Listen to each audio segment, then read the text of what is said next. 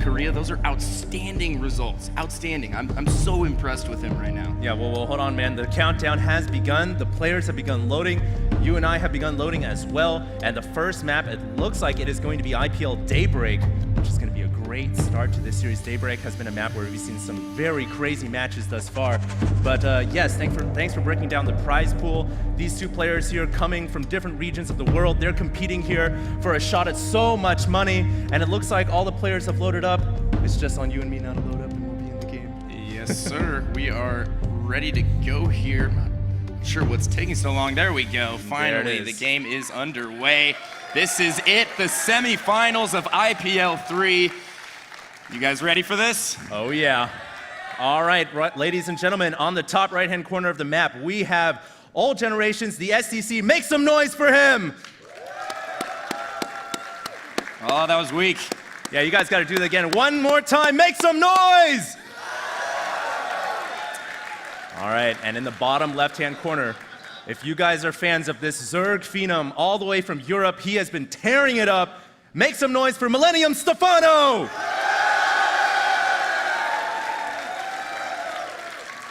There it is. Stephano also taking out some amazing players. He took out Boxer and Violet.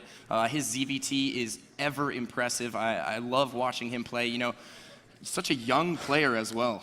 Pain user, I gotta say this one more time, man. I'm so excited because once ZVT? again, we're casting a Zerg versus Terran. Somehow I knew that was coming. Yes. But yes, ZVT is definitely our favorite matchup, and it's our favorite matchup to cast, so pretty stoked that there is a ZVT, and oh my God, we have a proxy racks already coming down from the TheStC. Looks like we might have a quick game one on our hands here, folks, because TheStC is getting dirty. Yeah, he is getting really dirty with it. Now, I hesitate to say it's going to be a quick game because we've seen a lot of cheeses end up going into a macro game in this tournament. So anything can really happen at this kind of skill level. It really is going to depend on whether or not Stephano is going to be able to scout this. Now, the location of that barracks is not going to be seen by any wayward overlord, and it looks like Stephano went ahead and opened up with a 15 hatch, which is totally standard against Terrans, especially on a big map like this. So Stephano's, hopefully he's going to be able to see that something fishy is going on. He's already got the drone inside of TheStC's main, and he should know already what is going on. There's no barracks here. Well, you know, the TheStC did build that supply depot at the front, and he's just been pumping SCVs this entire time. So honestly, Stephano probably thinks that he's going for a command center first, just because he didn't see a racks there. Oh, he sees that bunker. He does see that bunker outside of his vision, thanks to that overlord right over on top of that hatchery that's now morphing in, and 4 drones being pulled off the line, Pain User. Yeah, and I think these drones are going to be able to easily kill the SCV. TheStC pulls it off there. First Marine out, but these 4 drones, I think, are going to be capable of dealing with that. He splits 1 drone back to deal with the SCV. Very intelligent right there from Stephano. And, you know, the TheStC's opener here really isn't going to accomplish anything. First Marine dies. Second Marine is going to get surrounded here, and he even pulls the drone that was being shot by the Marine. Doesn't lose a single drone here. Yeah, I just want to capitalize right here on Stephano's impressive micro, man. He has not lost a single drone yet. Oh, maybe 1 worker killed. And there is the Marine that did go down. The bunker is going to go up, and there is a Marine about to join it. Is he going to be able to block the Marine from going inside? No, he does not. Wow. That was clutch timing right there from the TheStC, sending that second SCV to finish producing the bunker. Very important. He might actually be able to get this spine crawler. He's not microing right now. Almost lost his Marine right there. But Stephano's pumping a ton of lings right now. We have 4 more in production. The Queen as well. He's actually going for the bunker, it looks like. Losing a few lings here. He needs to be careful. This is a very tense moment. Yeah, absolutely. And he did not construct the Queen yet. It's just now coming out of the natural hatchery. That Queen would be so helpful to dealing with this bunker. But it looks like he made quite a few lings and that spine crawler. He's going to be able to kill off that bunker. And the 3 Marines on the field here that were originally housed inside that safety bunker are now going to go down, and that proxy barracks is probably going to have to be lifted off. Yeah, but, you know, the damage here has been done. Stephano certainly took indirect damage there that you don't see visibly with your eyes, but if we look at the income tab right now, it's 18 to 18, both players dead even. At this point in the game, that's not where you want to be as a Zerg. He has all of these extra lings out on the field that just aren't going to be able to do anything for him right now. There's a factory at the front door. He's fully walled. Hellions are coming. And look at that quick starport. Yeah, that quick starport is actually pretty interesting. Now, he does have one refinery mining gas.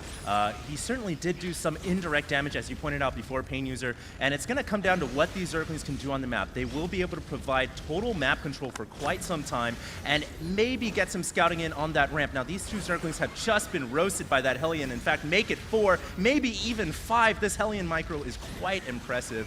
And at the front door, more Hellions are continuing to stream out. But I'm really interested to see, wow, it looks like it's going to be a Banshee opening here out of that starport. And I don't think that Stephano saw that starport either. You know, I really like what TheStC has done here. This is a very unique opener. Yeah. I've never seen anything quite like it. And it could be very well the future of TVZ. I mean, he forces that early damage, then he's also expanding and teching at the same time, and he's already dropped 2 more command centers. He's taking a Ninja third over here on the right-hand side of the map, and he also has a macro orbital in his main, so he's going straight up to 3 orbitals while teching. I mean, it's super greedy, but it's so intelligent. Stephano's not going to be able to punish him for this. And from a Zerg perspective, Stephano really isn't going to expect a Banshee to come out right now. After that proxy barracks and after dealing with the bunker, it's not very common for a Terran player to go right into Banshees like this. So I don't think Stephano really is going to have much anti-air at all. Now, he does have an Evolution Chamber coming up. That is being used to prevent the Hellions from running in. Note the placement with the Spine Crawlers and the Queen as well. Now, the thing is, Stephano will be able to construct a Spore Crawler or 2 when he sees the Banshee, but he also has a 3rd Queen on the way. So his anti-air defense is definitely going to be there. It's really going to come down to the micro. Yeah, I agree. Now, TheStC switching things up once again, going to drop an engineering bay here. 3 Raxes now, so he's going to transition over to Bio. Still no tech lab on the factory.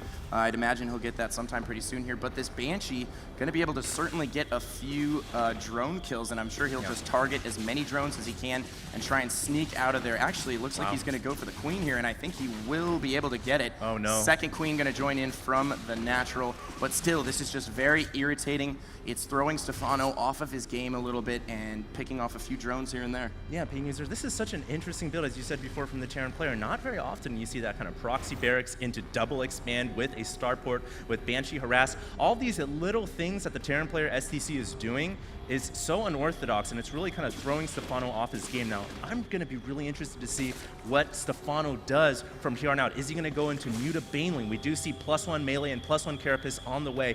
And Stephano is the kind of player who really pioneered that early wing into Infestor style that was so good pre-patch 1.4. Now, I haven't really been able to see too many games of him on the championship stage yet, but judging from his production tab right now, I think he's going to go for the same exact style. Yeah, absolutely. And look at this.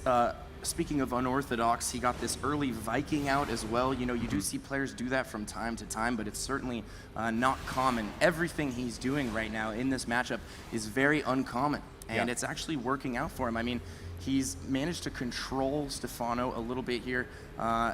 Stephano hasn't quite run away with the Harvester count yet. We're at 59 to 43. He certainly managed to get himself in a better situation than he was in the early game. Yeah, and Stephano doesn't quite have the 3rd expansion up yet. He does have a really good creep spread, just making that kind of quick express highway to the north, and he will have that 3rd hatchery coming down, but he doesn't really know about that command center that's being hidden at the 3 o'clock right now. So really, TheStC has a bit of an economy advantage right now, and I hope for Stephano's sake he gets another expansion soon, or he makes something happen with these quick +1/+1 lings. Yeah, but it's going to be difficult for him with just Lings right now. He does have the Infestation Pit coming, though, so that's really going to help in dealing with all these Marines. The Marines just now finishing Stim. No combat shield yet on the way. He has switched his starport over to a reactor, and he's also going to start adding siege tanks pretty soon here. He got that tech lab on the factory. +1 going to finish for those Marines, but ooh, pretty nice around on the supply Hellions block in the right middle there. of the map as well. Picks off about 3 or 4 Hellions, and that's so good in the middle of the game, just to keep those Hellions out of the way. Not to mention that Stephano, as I said before, really Ling-centric type of player. He loves his Lings, he loves his Infestors. Very rarely do we really get him, see him using Banelings, so just getting rid of those early Hellions, which are a threat to Zerglings, is quite good. Yeah, he's also got his 3rd going up as well, putting up Spore Crawlers defensively. Looks like he's really worried about some extra Banshees.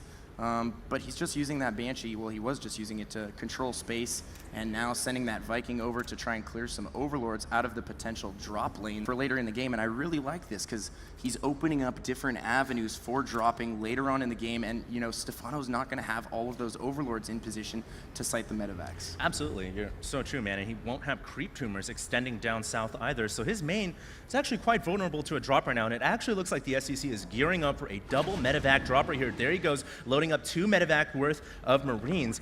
He is going to go to the main, but look at that creep threat from Stephano inside the main. Creep tumors extending to the edge of his base, really going to help with the defense here. He's also got 2 spine crawlers coming up here. Now the crawlers are in danger of going down. He's going to go ahead and cancel them, and is he going to be able to get his +1/+1 lings back? Yes, he will, and man, those lings will wreck these Marines. They are so good in the mid game. Yeah, but he's going to be able to pull out of there with a few losses. Didn't really do any significant damage, though. Yeah. You're right.